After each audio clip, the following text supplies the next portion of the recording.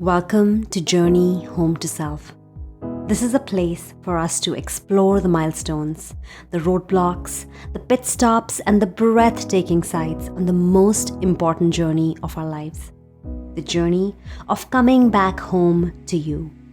My hope is that through the stories, insights, knowledge, and wisdom we share here, you get inspired and activated to widely fall in love with choosing yourself every single moment. I'm your host, Deepshikha Sairam, and I am truly so excited and honored that you are here. Let's dive in and journey home to self together.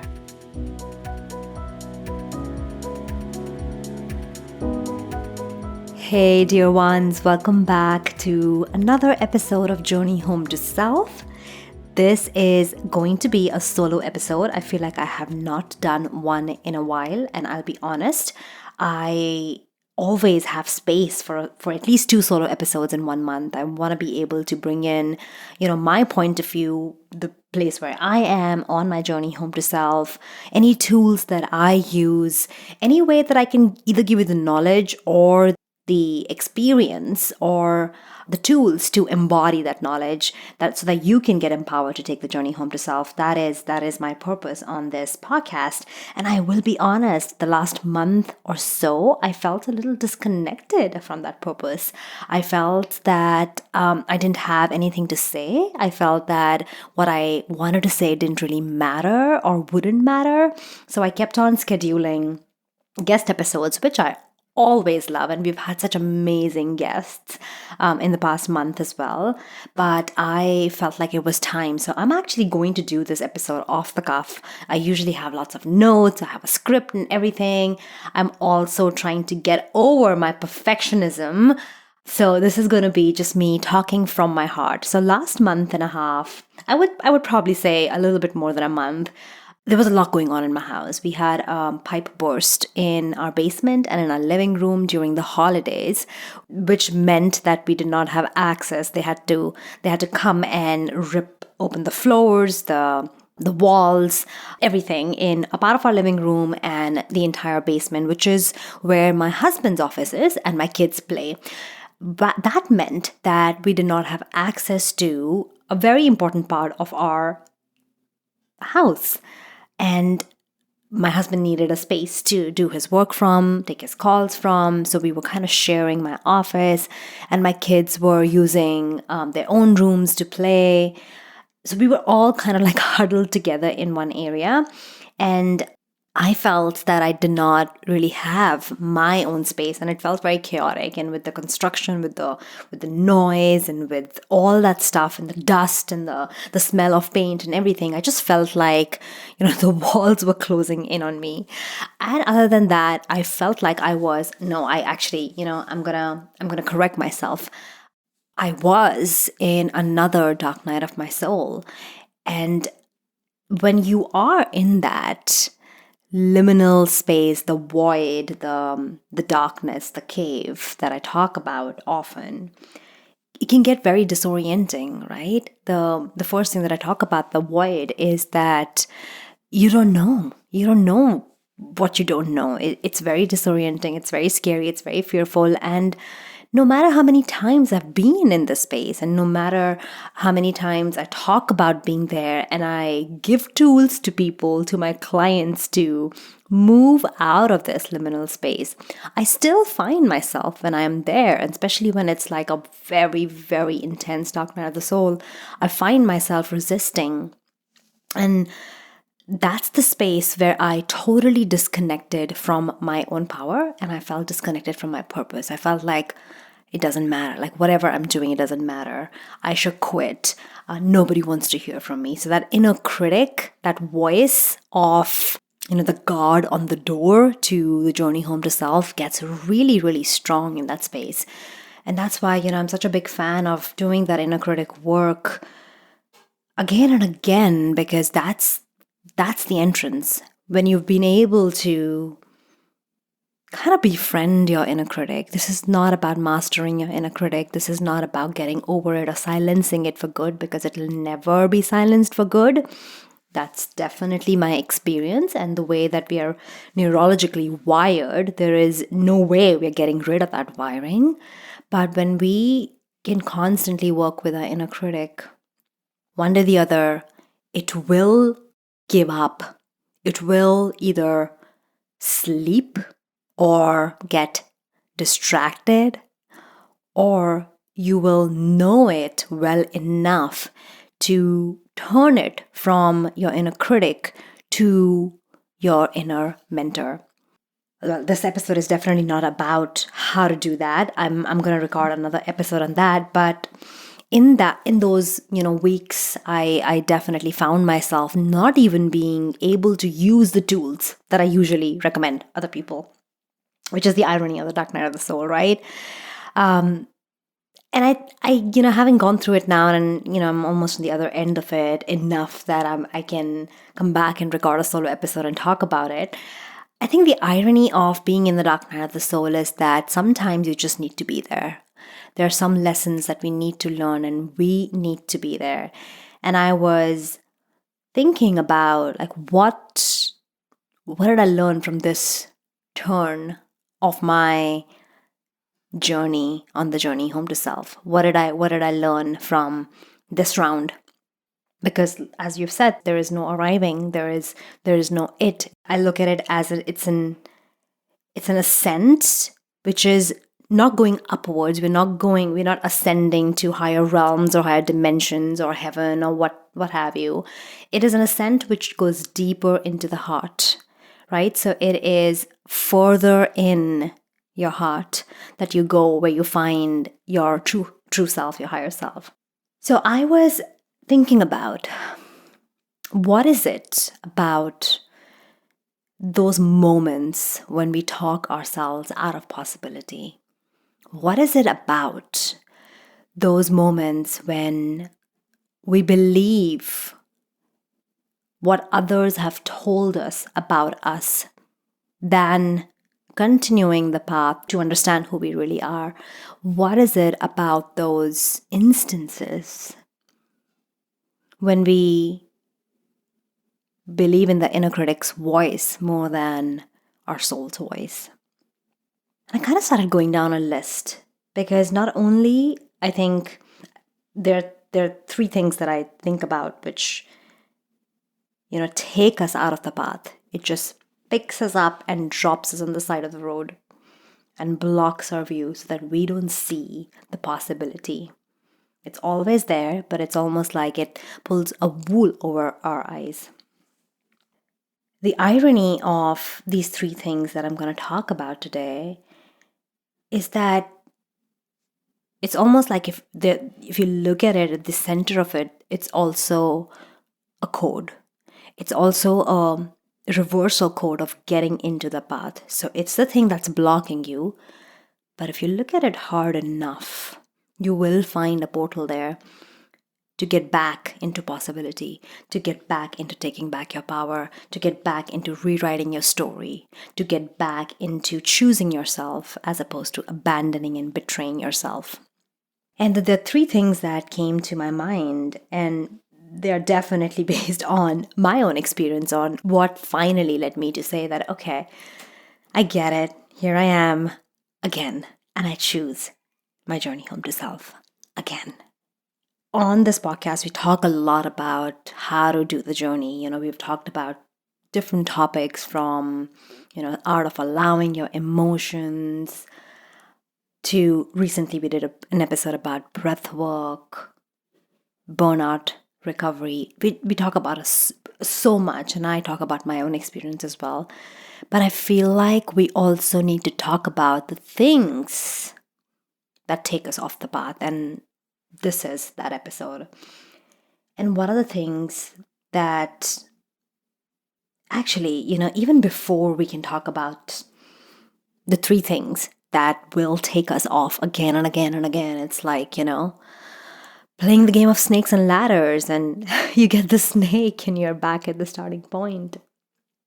I want to talk about this one, almost that instant where the seed of this path, this podcast, this purpose that I'm on in helping other people, especially women, find their journey home to self. I remember I was in a meditation and I have a deep connection to goddess Isis, who is the Egyptian goddess of magic and healing. She's also known as the goddess of 10,000 names. I have a deep relationship with her. And I remember, I was in one of my big dark night of the souls, like, the big one that changed everything. And my question always would be, what do I do next? What am I supposed to do? Especially in my life, like, what's my purpose? I feel like that's the question that all of us ask, right? What is our purpose as humans? We want to be able to make an impact. We are alive by our purpose. When we know our purpose, we are alive by it. And that's why there's so many people who ask that question, especially at a certain age. When we get to that, 35 years old, 40 years old, 50 years old, we want to ask that, okay, we've done everything. What is my purpose? Why am I here? And who am I? And the words that I received was, remember who you are. And that was it. Remember who you are. And remind them who you are. And then it was like, remember who you are. And I wrote it down and it's right in front of me. I actually opened my diary to that page today and I was like, oh, there's something there. I got to talk about it. It said, remember who you are. Return to love. Return to your own heart. Return home. Return to your own sovereignty. Return to a union with your soul. That's what you're going to do. Remember who you are and remind them who they are. And I didn't know what it meant at that time. This is like I'm talking maybe more than a year ago. I didn't even know. How do I do this? I don't know. And of course, after a few months, the idea of creating this podcast as a way to talk about some of this stuff landed with me. So I do think that it is about that. It is about returning to love. It is about finding our own sovereignty. It is about returning to home. It is about a union with our own soul. Like I said, it is not ascending, but it's an ascending deeper into our heart. Our heart, sorry. So the three things that I felt that takes us off the path, and we all do it. Women do it more than men, but we all do it. And the first one is giving. And by giving, I don't mean that we don't need to give. As women, we are wired to give. Give love, give compassion, give kindness. It's in our blood. It's in our wiring. We are wired to give. But the problem happens when we give when we are empty. And most of us are giving from that place. And there are two things that happened during these last few weeks that made me really think about this aspect of giving. I'm going to talk about the second one first. So I was talking to a friend who had just come back from a trip. One of her loved ones had passed. And she was just talking about how she came back. She was tired, she felt sick, and there were some work changes that had happened. And she was just talking about how there was this another friend of hers who she'd always given to, and that other friend was going through her dark night of the soul. She'd always given to her because she'd had much of the same experience as this other friend. But at this time, when she came again to take her advice, to take her space, to take her compassion, to take her love, to take her kindness, my friend felt very bitter. My friend felt very empty and very annoyed and very irritated. And she just wanted her to go away. And usually, in any circumstances, she would not do that. And even that day, she didn't. She didn't ask her friend to leave. But she felt almost like bitter, because we women, we give and we give and we give. Even when we are empty, it's kind of like we scrape the bottom of the barrel, and whatever scraps we can come up with, we give. And even if we have gone through all the scraps, we still reach down to the depth of our soul, and whatever it is that we have, we give it. And I was feeling like that just a few weeks ago. I felt like I was just giving and giving and giving, and I just felt very empty.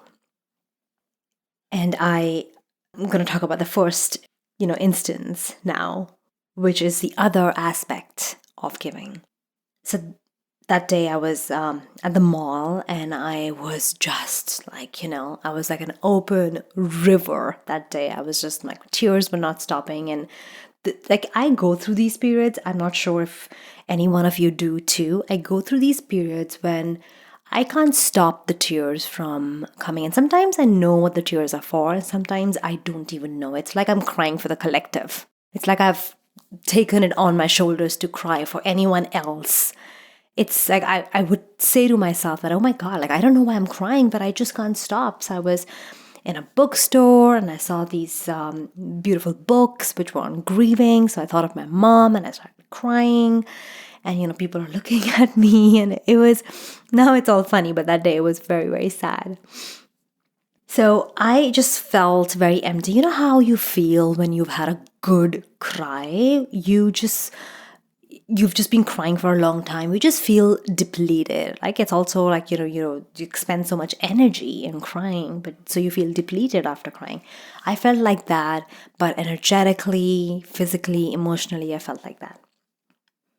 And yes, of course, there were a few things that were happening, but there was more of it that was in the unknown. I just felt like a deflated balloon. I just felt like I was empty, and I didn't know what to do. I didn't know how to give anymore, but I was still giving. So I saw this email from my soul sister. Her name is Jess Brennan, and she is the founder of the company Held Massage Therapy, and she has a massage therapist office in New Jersey, and I've gone to her many, many times for a massage, and she's just awesome. She's been a client of mine in the past. And I saw an email from her, and one of the things that Jess does is she holds women's circles. She's also a priestess. And it's funny, I was looking at Jess's profile online, and her tagline is, because sometimes life is hard in ways that nothing will fix, being held can help. And I was like, holy shit, I need this. I'm going to this women's circle. And it was late in the night, and I think it was a Friday night, and I was tired. The work was still going on in the house, but I told my husband that I need to go, and I went there. And I just sat there, and in a women's circle, we go around, we see each other, we honor each other for being there, and we listen without judgment, without giving advice. We just listen to each other, sharing our soul and sharing our heart. And one of the things that I said that day was that, I don't know why I'm here, but you know what? I've just come here to fill up. I have nothing to give here today. And in that moment when I was speaking that, I realized that whenever I go somewhere, it's innate in us, right? I'm sure you do it too. Whenever you go somewhere, you're like, okay, what can I contribute? How can I help? Can I give an advice? Can I be there for someone? Can I lend a shoulder to someone? Or can I help? What can I do? And that day I just sat on that seat and I said, I am empty. I have nothing to give. And I am just here to fill myself up. And that's what they did. They filled me up. And Jess filled me up. And I felt so much better the next day. And the reason why I'm sharing this story is that giving isn't something bad. And it's not something that we need to shy away from. Giving is innate in us. In the olden days, women used to be in circles, not just once a month, every day. They used to live in community. Giving and taking was a part of what they did. But it was never like how it is now. A woman knew that when she's giving, she's also receiving. Now we're so closed off in receiving, and we think that we only have to give. And that's when it starts to feel icky. It starts to feel irritating. It starts to feel annoying. But if we lived in a culture where we knew how to fill ourselves up, whether it is by taking a nap, talking to a friend, or just being wide open to receive love, receive compliments, receive rest, receive support, receive help, if you were just open to that, then the giving wouldn't feel like you are giving from an empty container. You know, the saying cliche that you cannot pour from an empty cup, it is cliche, but it is also very, very true. And I felt that when we come to a point where we've given and given and given and scraped the bottom of the barrel and given some more, that's when we just don't give a shit anymore.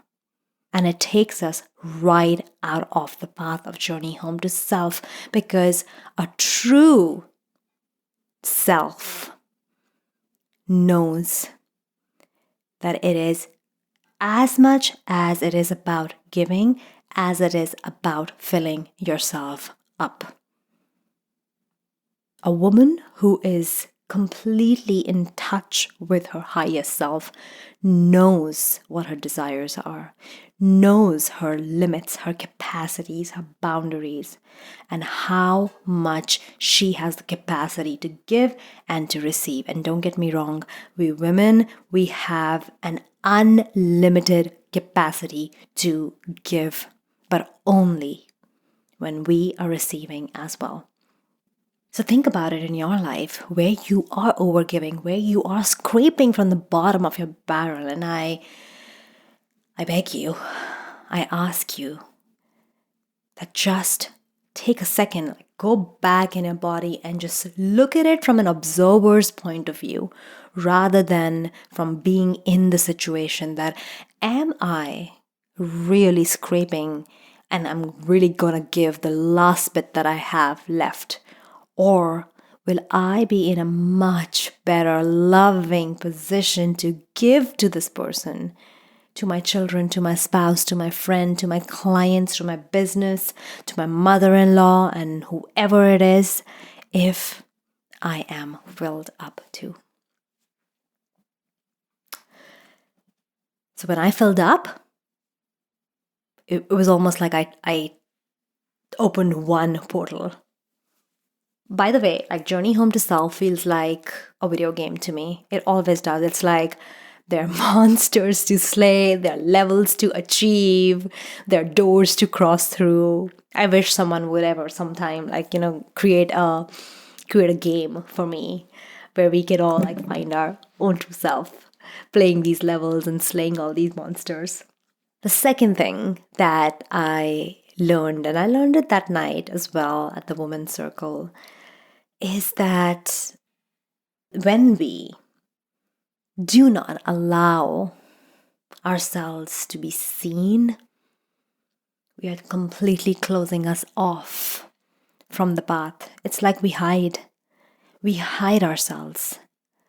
So the path stays hidden from us. The journey stays hidden from us. We do not allow others to see us as we are. We're going to put on a costume of, oh, everything is great, everything is fine, and I am great, and I am doing amazing, and nothing is wrong in my life. And I realized that at the Women's Circle, because it's so uncomfortable. It is. It's like you're naked in front of people you don't even know. And to be sharing the truth of your heart in front of people you don't know, I mean, we don't even do that with our closed ones, right? We put masks in front of our kids, our partners, our friends, our family members. And then in front of the strangers, we're going to open up and let them see our ugly, naked truth. How horrible is that going to be? So we hold back. But I'm not even going to begin to go in the relationship between vulnerability and shame and courage. Brené Brown has done enough work on it. And, if you haven't heard of her, I'm sure everybody has. But if you haven't heard of her, go watch her Netflix special, read her books, watch her TED Talk, listen to her podcast. But there is a power that we take back when we allow ourselves to be seen as we are. And is it vulnerable? Heck yes. Do you feel shame? Yes. Do you feel like the earth should open up and swallow you whole? Absolutely yes. Do you wake up the next morning with a vulnerability hangover, thinking that, oh fuck, what the fuck did I do? And please, Lord, take me now before I have to go out and see the world again? Absolutely yes. But is it the most powerful thing that we women can do to put us right smack in the middle of our journey home to self? Yes, yes, and yes. I had to ask myself, where am I not allowing myself to be seen? Or where am I showing a version of myself that I'm making up? Or I'm only doing it to please someone or get approval? I really had to be conscious of those unconscious behaviors that I have established for myself. And then I had to ask myself, where then do I have the opportunity to be seen? Where is it? Because the truth is that many of us do not have that opportunity. We don't have those circles. We don't have those communities where we can be seen unabashedly. And for me, that women's circle was one such place. My spiritual community is another place where I can be allowed to be seen. My writing community is one such place where I can allow myself to be seen through my written word. And it's not that I'm going to go out in the open and say, hey, look at me now. I'm not that brave yet. I haven't reached that level of bravery. No, I can't do it. But, just the small little acts of courage, I would call them, because that's what they are. When you allow yourself to be vulnerable and allow yourself to be seen as you are and allow them to see all your ugliness, that's when you put yourself on the path to journey home to self, because then you are like, oh, this is who I am. I am the shameless and I am the ashamed one. I am the scorned and I am the holy woman. You allow yourself just to be seen completely as you are. If you do not have those spaces in your life, and it is a must. It is a must. If you are committed to really connecting to your soul, your higher self, returning to love, remembering who you are, it is of the highest importance that we take off the masks and we allow ourselves to be seen. We get out of hiding. One of the things that brings up or comes up when you start the process of being seen, and again, there are levels of it, right? I can say that there have been moments where I've been completely vulnerable on this podcast, in front of my friends, in front of my community, and then there are moments where I've not been. But when you start to crack open, shame, of course, is the first thing that you feel, and other than that, you also feel critical of yourself. I should have said that. I should have not said that. I should have been doing better than what I'm doing right now. I should have done it in that way. And even if you're not allowing yourself to be seen, even if you're still hiding, this self-critic is alive all the time. And, I said it in the beginning as well, that the inner critic, the self-critic, is the guard at the door, and it's going to keep kicking you out again and again and again till the time you don't learn how to work with it, till the time you don't learn how to befriend it. And the thing that we women need the most, and what I needed the most, the third thing, is compassion, self-compassion, and acceptance. Acceptance of what is, and acceptance of where we are and who we are and how the situation is. There is a really great book that talks about self-compassion. It's called Self-Compassion, The Proven Power of...